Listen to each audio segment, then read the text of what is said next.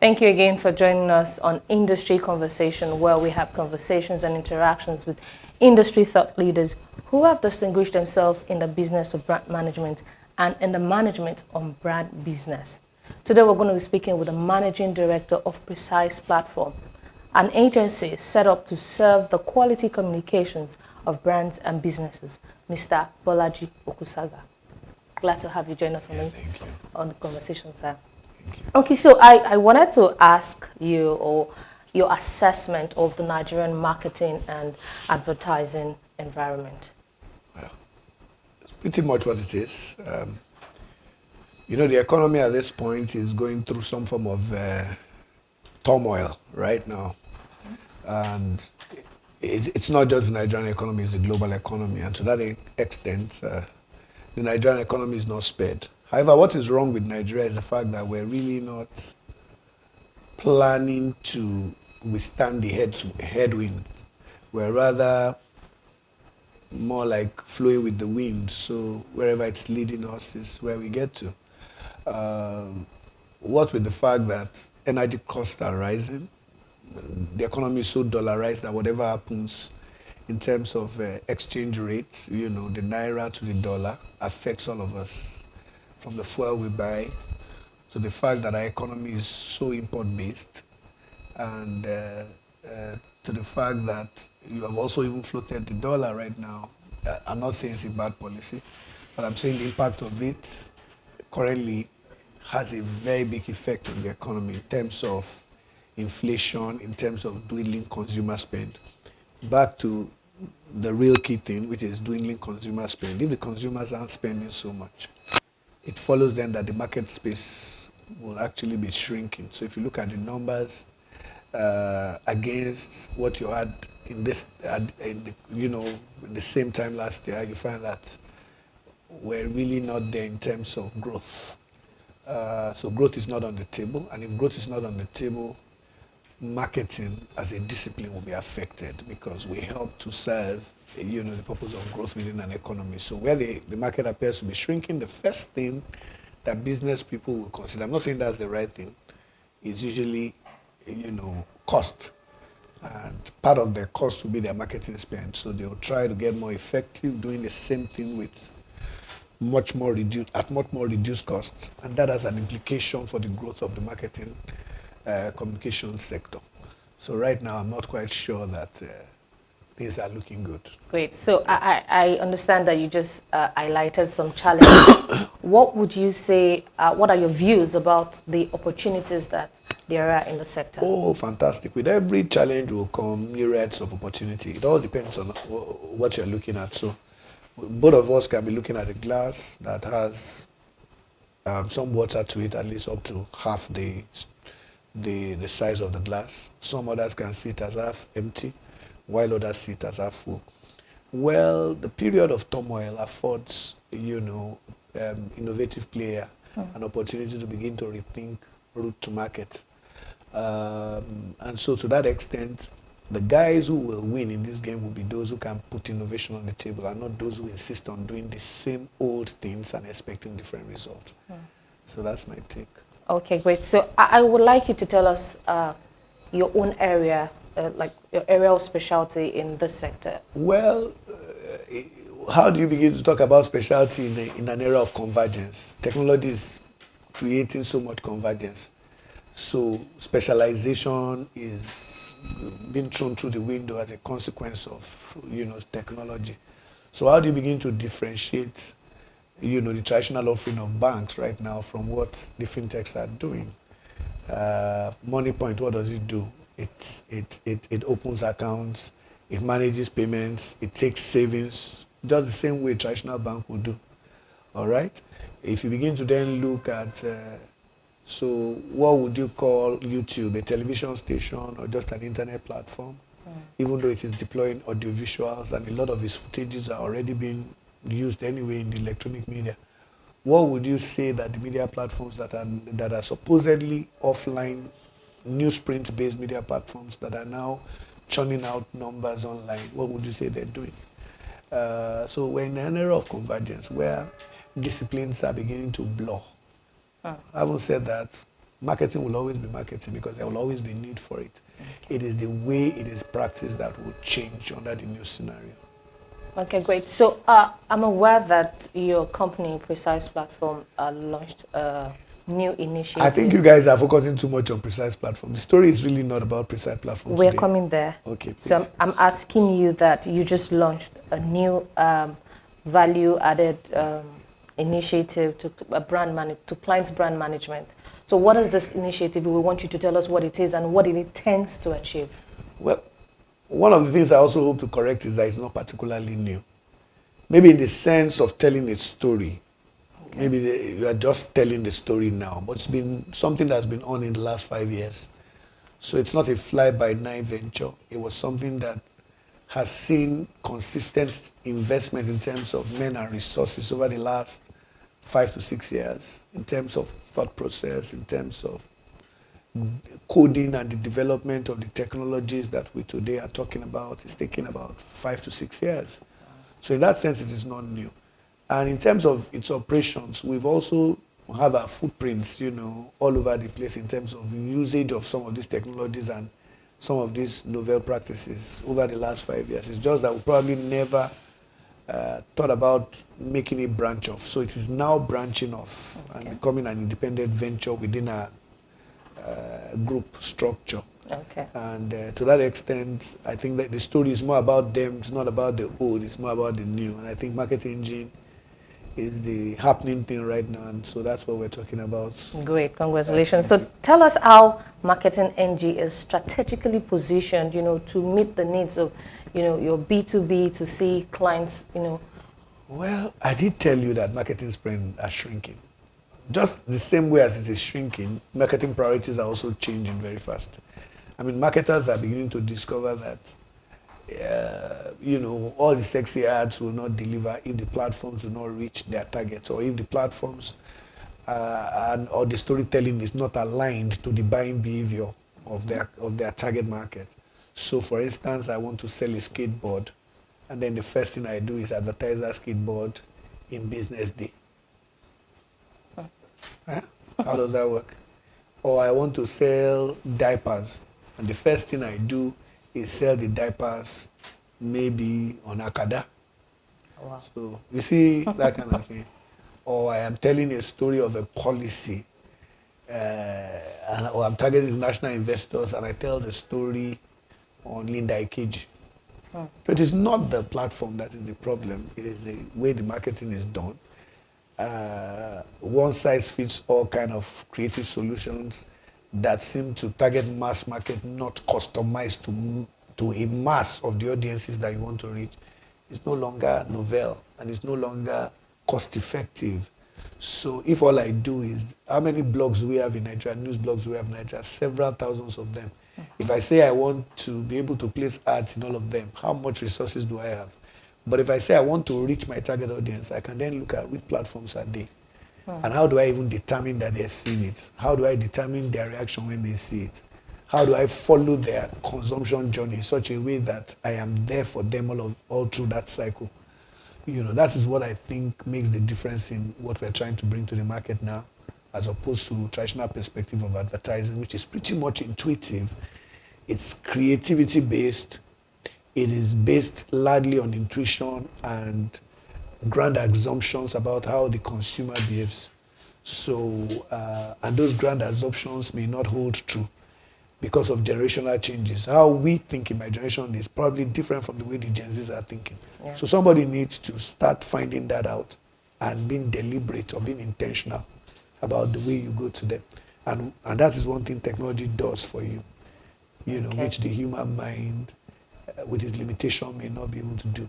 Great. So talking about tools and technology, how are you leveraging technology to deliver cutting-edge solutions to your clients? For instance, we have an analytic platform that just generally follows trends and follows conversations and, the place of brands within this conversation universe.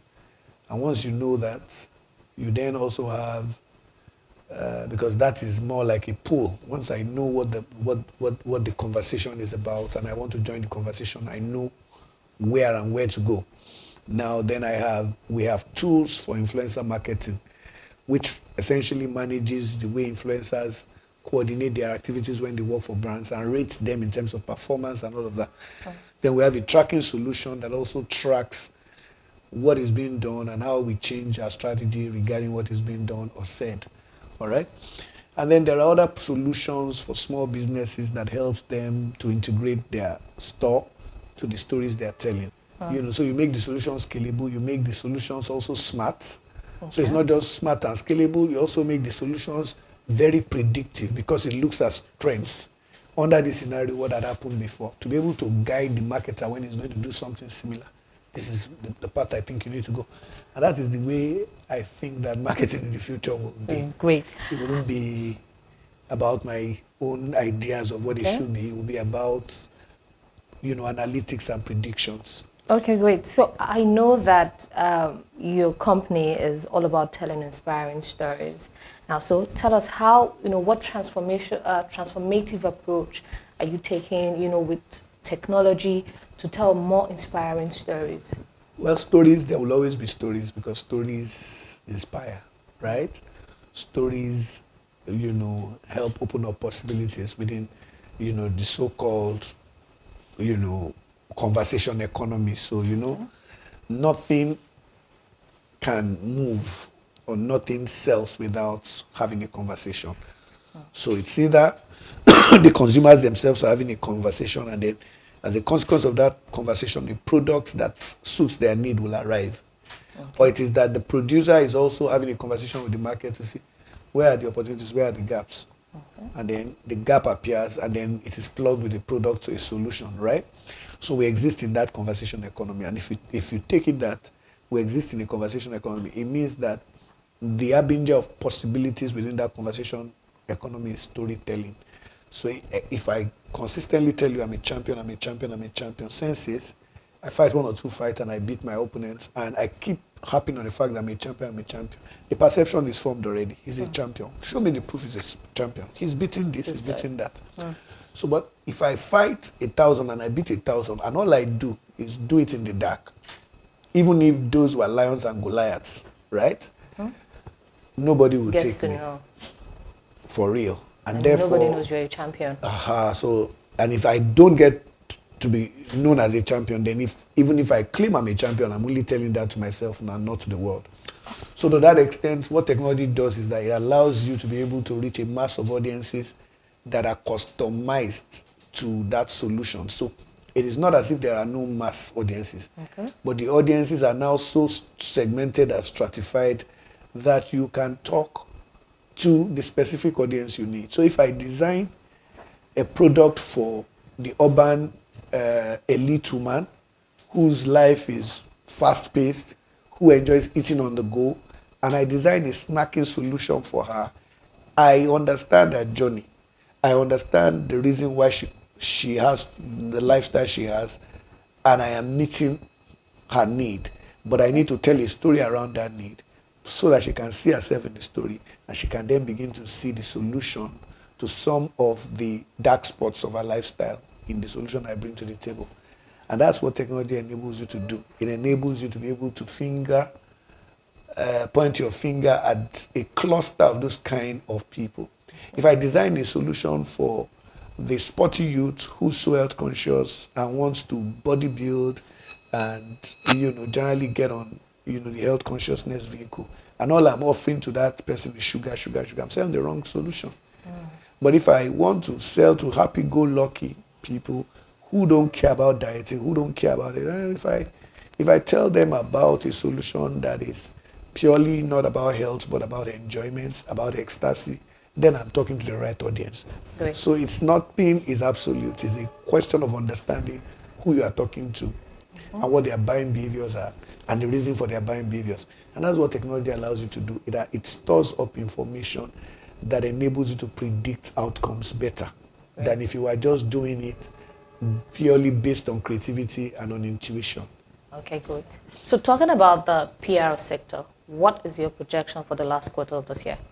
Well, the PR sector will not do too badly. And I say the reason why is that advertising is beginning to take a lot of bashing. What with the fact that there are two segments in advertising that are money spinners, the production side and the outdoor side. Those two sectors are not particularly pulling their weight now because of the challenges that the major marketers within this economy are currently confront. That is high operating cost. Okay. And of course are reprioritizing, and to that extent it's affecting marketing budget. So the smart option may be PR. Because with PR you are probably spending less and you are probably deploying more innovative techniques to talk to your audiences rather than the predictive models that are pretty much rate carded and the intuitive models that are pretty much rate carded and they're just the way they've always been. The costs only go up, they don't come down. So I reckon that PR may just be a gainer from that. Okay, so talking about cost, how do you think professionals and clients are handling the issue of a pitch fee in securing new businesses? Well, some of those things are regulatory. They've introduced regulatory dimensions to those things. Okay. So I'm a little bit careful trying to mediate in that stream. But I would rather caution that we err on the side of, caution. Okay. How far do we want to go by setting rules for buyer and seller in an economy that is supposed to be liberal? Okay. So it's supposed to be by collective bargaining and not that I say you must pay X pitch fees as opposed to Y pitch fees. Then we are beginning to set tighter rules. So what we would have is an overregulated market and not a free market economy. So I think we need to strike a balance there. Okay. I would say no more. Okay, great. So talking about setting a balance, how would you compare modern PR and how PR is done 5 to 10 years ago? Is there modern PR? PR is PR. It's just the way the tools now that enable it that is different. PR just speaks to managing stakeholder expectation, being able to push through information, that aligns with the sentiments of certain stakeholders as opposed to others, and being able to then begin to project the silent or what you call the latent strengths you have and make them manifest. It hasn't changed. Principles are not changing. It is the practice that has changed. So peradventure, some 10 years ago, social media is not what it is today. It was there 10 years ago. Today, we find that a whole lot of the things that are happening in the real world have been transmuted very successfully into the virtual world. And therefore, the virtual world is a replica of the real world, right? And we find that possibilities keep expanding within the virtual space, whilst possibilities keep shrinking as a result of economic consequences on the real, in the real world. So, for instance, how many newspapers actually existed in Nigeria 10 years ago? How many exist today? A lot of them have been pushed by economic realities online. So the online keeps getting bigger and bigger, and the offline side of things keeps shrinking. That has had an implication on the practice. So if you are practicing PR under this current context, and you cannot speak the language of the blogosphere, then you probably are lost in time. You need to go back to the Stone Age. And you don't understand the power of algorithms and Google robots in the way agenda is set. Because now it's not about institutional gatekeeping anymore, it's not about machine gatekeeping. So if Google wants to make your platform, one obscure blog of yours, the most prominent blog in the world, they can't do it. It's all left to them, and they, these guys sit at the epicenter of the internet economy, and they have already changed all of the ACs in terms of the way traditional marketing practice is done. And that also includes PR, by the way, by extension. So are you affirming that there are differences in the practices and business models? Oh, yes. Oh, yes. A whole lot of it in the last 10 years will focus more on the offline media. But these days now we're looking at possibilities within, social communities. So you're doing community management. You are looking at storytelling using third parties. So you are looking at influencer marketing. You're looking at a whole lot of scenarios that never existed before. You now have much more, numbers of blogs, that are specialized and targeted than you probably had 10 years ago. So a whole lot has become more complex. At the same time, it's become, in terms of delivery of message, it's become much more dynamic than it used to be some 10 years ago. Talking about dynamism, What do you think is the future of AI in PR, and would you say Nigerian professionals are par with, their colleagues all over the world? AI is here to stay. I mean, it's the same way when people ask, what do you say about people sitting in a room and looking at a box with called a television? Some 100 years ago, it would have been unimaginable. Today, we don't even take note of some of these developments anymore. Now, AI, artificial intelligence, has evolved over the years to being able to do so much, from telemedicine to even, predicting commercial outcomes, working, in certain spaces, to helping supply chain, to helping in medical sciences, and digital communication. Now, we have seen productions that are totally backed by AI. Okay. AI-backed music. Okay. We are going to start seeing animatics and video production that are purely AI-backed, so that it starts to take out the role of the producer, the role of the editor, because it is definitely going to be a reiteration of what happens in the real world anyway, that AI does, from an artificial perspective, from a machine perspective. So certainly AI is going to have total influence in the way PR campaigns are managed and in the way those campaigns are evaluated. Okay, great. So how would you assess the issue of low capacity utilization and capacity building amongst younger generation of, PR practitioners? I don't understand what you call low capacity utilization, because it's not particularly as if it's an industry that has installed physical capacity.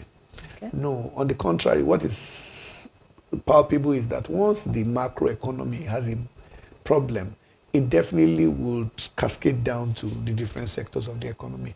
So were you to ask me where is growth coming from right now, I'll say, well, I'm really at a loss, because I'm not quite sure that the so-called owners of the platforms upon which most technologies are deployed, which is the telecom, the providers, are actually making more money than they are making in the past. One, the operating input cost is soaring, and they're not able to pass the cost across to the consumer. So what then that means is that their revenues begin to shrink. And if that continues, then it means that, it will have impact on marketing, it will have impact on PR, and all of that. So everything is linked. And you know what they call a chain reaction. You snap this, and it begins to affect the others gradually. Okay, great. So how would you describe the relationship between agencies and clients nowadays in this climate? Clients are now they are less loyal than they used to be. Now, in terms of retention cycle, it is not as long as it used to be. Gone are the days when a Nigerian breweries will stay within sites communication for over 30 years. Okay. I'm not quite sure that any agency will be that lucky going into the future, because the clients are just all shopping for value this time around. They're not looking at age-old relationships. So, to that extent, the dynamics of relationship between the agencies and clients are changing. It's become more transaction-based than relationship-based. Is it a good thing? I am not quite sure it is. What it just shows is that the attention span of the client is becoming shorter and shorter and shorter. And his patience for mediocrity is also becoming shorter and shorter. So you try today, you fail tomorrow. Nobody thinks about how well you did yesterday. You are out. Unlike in the days of the past when relationship drove most of these outcomes. Okay, great. So in the recently concluded Cannes Lions Festival, what do you think was responsible for the turnout of practitioners in the sector, and what lessons do you think we should take out of this? I think this Cannes Lions thing is a good idea, and I think that Nigeria's participation and the fact that victory came is also some stripe on our shoulders. But needless to state that I'm not quite sure that the beauty of the, the peacock only relies on his thread, on his feather. Okay. So if all we look at is the feather of the peacock, a dead peacock will not flap the feather the same way a living one is doing. Okay. So I think that there's more to the industry than award winning. There's a need to have a much more sustainable industry that is growing year on year, rather than just have an industry that is winning awards, and if you look at the fundamentals, it is weak. It will be dead in no time, and what with it, all of the awards that it has been given. So my take is King Lions is good, but the fundamentals of the industry should be taken more seriously so we can have a much more sustainable industry. Okay, great. So I want to ask you for your expectations and projections for the PIL sector under this new administration. Well, I reckon that if this new administration is actually walking its talk, it holds to create a free market economy. In a free market economy, more private sector players take initiatives that are driven by marketing. Okay. So to that extent, we may see growth for the marketing industry. Now, we also see that even though we're at a point of economic turmoil, if they're able to get right the strategy and they stay consistent, then they will refocus the economy, and the consequence therefrom will be prosperity, you know. And if prosperity were on the table, it means that marketing too will also prosper. So ultimately, I see what is happening in the midterm has been in all of our favors, but in the short term has been a total disincentive to marketing, given the shrinking revenues of our clients. But I do believe that nothing lasts forever. So we're believing that after this darkness will come a glorious sunshine. Okay, great. So tell us about the corporate philosophy of your agency. Well, we hold three things there, and they call it the 3 C's. Where we talk about curiosity, creativity, and so if we're confident about the moves we're making, okay, and those moves are in themselves creative, then it follows then that we will consistently innovate, okay, because we're driven first by what we're curious about what the market needs, and then we deliver it confidently, and ultimately the gains will come. That's at the center and at the core of our philosophy. We believe that, the best time to plant a tree was yesterday. The next best time to plant a tree is now. Never stop innovating, even when you seem to be comfortable. You need to consistently disrupt your space. It's called creative destruction, so that before you die, you have renewed yourself over and over and over and over again. So the business keeps being so future-oriented that is insulated from the dangers coming in the future. And talking about the future, where do you see Market NG in the next 5, 10, 20 years? I believe that Market NG's revenues will more than quadruple whatever it is that Precise platform is doing. Okay. And there's no gainsaying that if we do it very well, it's in sync with the mood of the moment. We see that technology has disrupted other industries. So why not marketing? And if there are already market technologies that are already changing the way marketing is done, I already showed you some of those examples in my earlier presentation, then it follows then that if only players within the marketing space who understands the demands of the changes happening within that space are able to jump on the technology bandwagon, they will be in the best interest of everyone. So the industry will expand, its relevance, and in terms of its revenue base, the expansion will come. And that will be prosperity for every player within the industry. Okay, great. And on a last note, tell us about the webinar that is upcoming. Yeah, essentially we want to educate the market. We want to show the possibilities that there can be with market technology, just the same way financial technology transformed the financial space. We believe that we need to teach and preach some of the things that we've spoken about in terms of convergence, in terms of prediction rather than intuition, in terms of being able to track and then precisely, note what is happening within the consumer space. That is the only time you can have effective marketing spend. It's not when you drive it believing that some platforms have so number. Even the newspapers don't even understand their circulation figures.